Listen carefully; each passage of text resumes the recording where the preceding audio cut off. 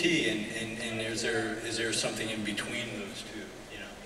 Well, now let's ask Charlie a question about that. By the way, I might add that Charlie and Ron, if you have not seen them in Pacific Rim, you really miss them.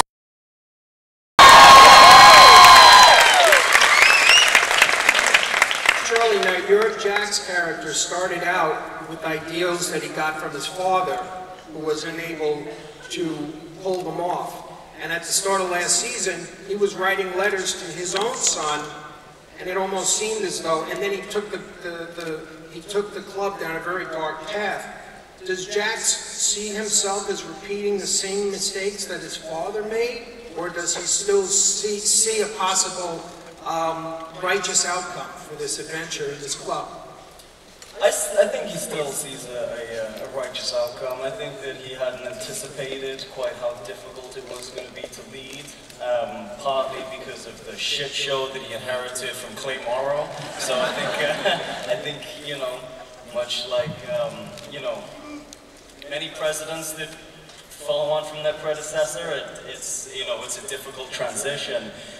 But I do, you know, I think, you know, Kurt and I talked a little bit about this notion that, you know, absolute power corrupts absolutely, and I think that's the case with Jax. I think he fell into a little bit of the, you know, the trap of becoming powerful and, you know, operating with a little bit too much autonomy and not really listening to his brothers. But, you know, I think he's, you know, learning from those mistakes and trying to, you know, mature and find his feet and do things maybe a little bit more democratically this season.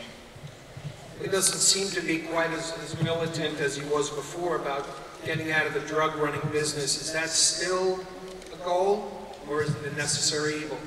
Yeah, I mean, I think ultimately, you know, I think that there's, you know, there's shades of gray. I mean, I think ultimately he needed to get out of guns and out of drugs and eventually out of everything illegal that's going to damage the club and his brothers. But, you know, I think those things take time, and it was just weighing one evil against the other. And, you know, drugs was a big thing, but also we need to get out of guns. There's a lot on this agenda, I think. Well, now, I think we all miss Ryan Hurst as well.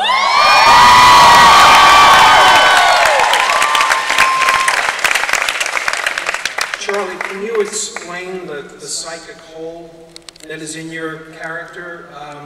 Watching your friend, having, you know, after Jax watched his friend die, and how that hole will inform what happens in the upcoming season? I mean, it's, you know, just doing this show has been the greatest creative experience of my life, you know, my career to date, and that, I think, was the highlight of this experience. It was really, you know, tragic and painful to let go of that character, but it was such a deep creative experience that it was almost worth it for us to be able to share all of that together.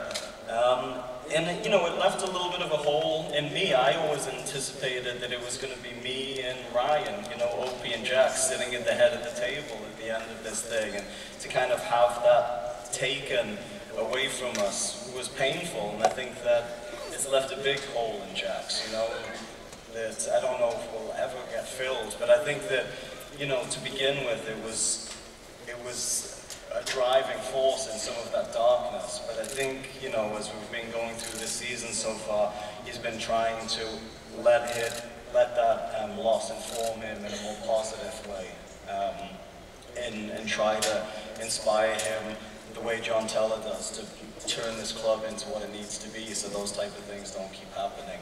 But it was, I mean, it was an amazing experience, and it kind of, through going through the loss with Ryan, because Ryan had a really, really hard time saying goodbye to Opie Winston, you know, in the aftermath of the immediate episodes, because we shot that episode, and we had a great, incredible, you know, deep experience together. And then we went to work the next day, and all of a sudden he was sitting in his apartment, you know, unemployed and not putting on the cut anymore. And after a little while, as a catharsis, he wrote this beautiful essay called The Last Rites of Opie Winston. And he talked just all about the difficulty of transitioning out of this deep experience for him. And he said, you know, a few beautiful parts of that essay, but he said that every actor carries around a graveyard of characters that they've had to bring to life and then kill. And that's just part of the business, but it kind of, you know, haunts us a little bit. But O.P. Winston was the first character he'd ever played that refused to rest in peace, that he just couldn't kill the son of a bitch.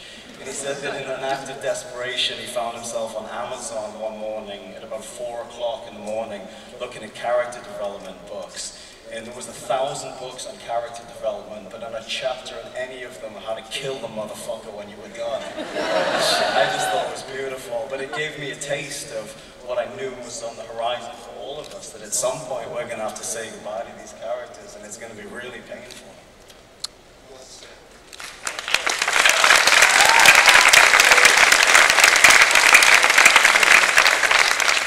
Ron, you've taken play